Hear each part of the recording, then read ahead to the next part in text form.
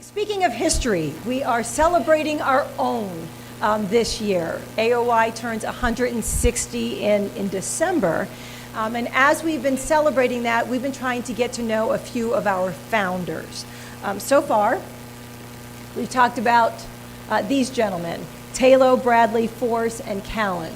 And as I know, Force is still my favorite. That's my favorite photo of that anybody has. And I think we all feel him every time we look at that. We do have in our newsletters, we do have little capsules of their bios, but you can also rewatch any of them that you missed because Bill Brown has kindly put them not only on our website, but he has separated them out and put them on our YouTube channel. So if you're interested in any of the particular founders, you can find them there. Today, we are going to be talking about our AOI's first corresponding secretary, John Carroll Brent. And a little brief bio for him.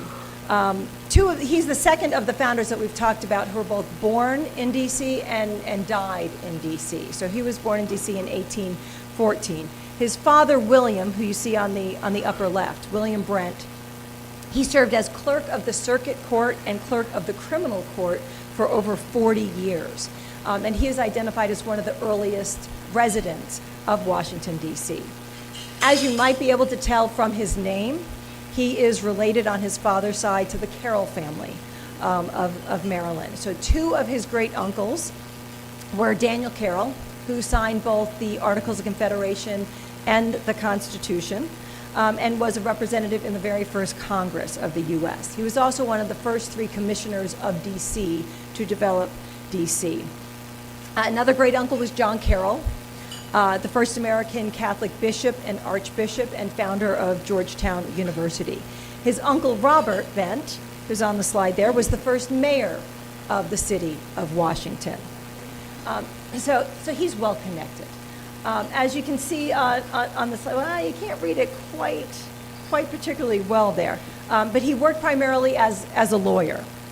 He died from a kidney ailment at the age of 61. His funeral was at St. Peter's on Capitol Hill. Same parish, different building as the current St. Peter's. And he's buried at Mount Olivet Cemetery in Northeast, across from the Arboretum. AOI's member, Dr. John Bond Blake, was one of his pallbearers. And Dr. Blake is one of our current board members, Sherry Sewell's great-great-grandfather. So we are closer to all of this history than we actually sometimes do think. And you can see, you can't really see it on here, but it does mention in his obituary that he was secretary. He was a founding member and secretary of AOI. He left a large paper trail, and that's going to include the first known mention of football at Georgetown University, which was then Georgetown College. So this is in 1830, and you remember that his great uncle is John Carroll. So I'm guessing he had an in for getting into Georgetown University. That was pretty good. The school was founded in 1789, and this is 1830. So you can see it's still pretty pastoral at this time in 1830. The other image that you see is a letter that he sent to his sister describing his football and trying to explain what football is. If you can't read it, he says, "We play football at present. What I mean by football is that it is a kind of leather bag in which is placed a bladder filled with air, which causes it to bounce up very high and is kicked about by the boys.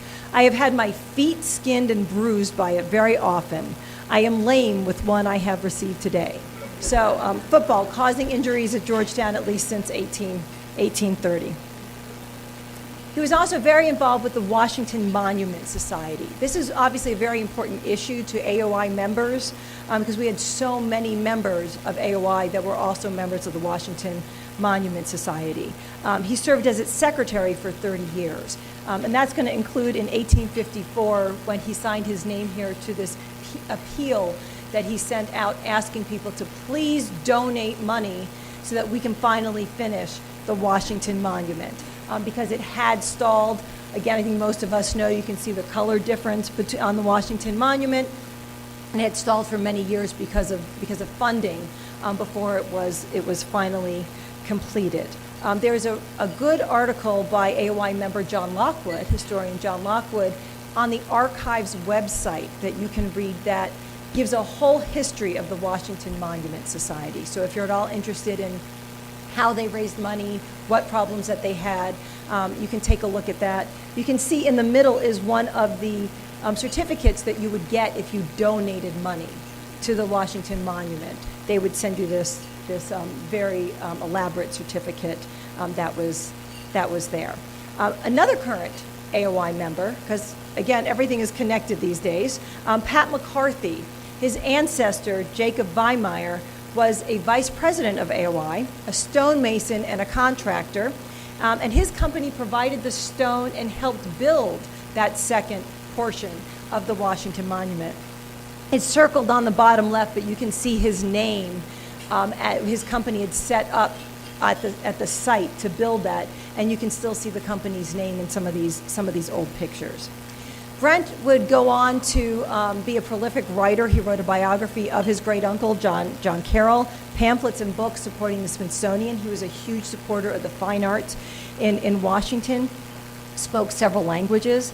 You can find his papers and his diary at both DC History Center and Library of Congress.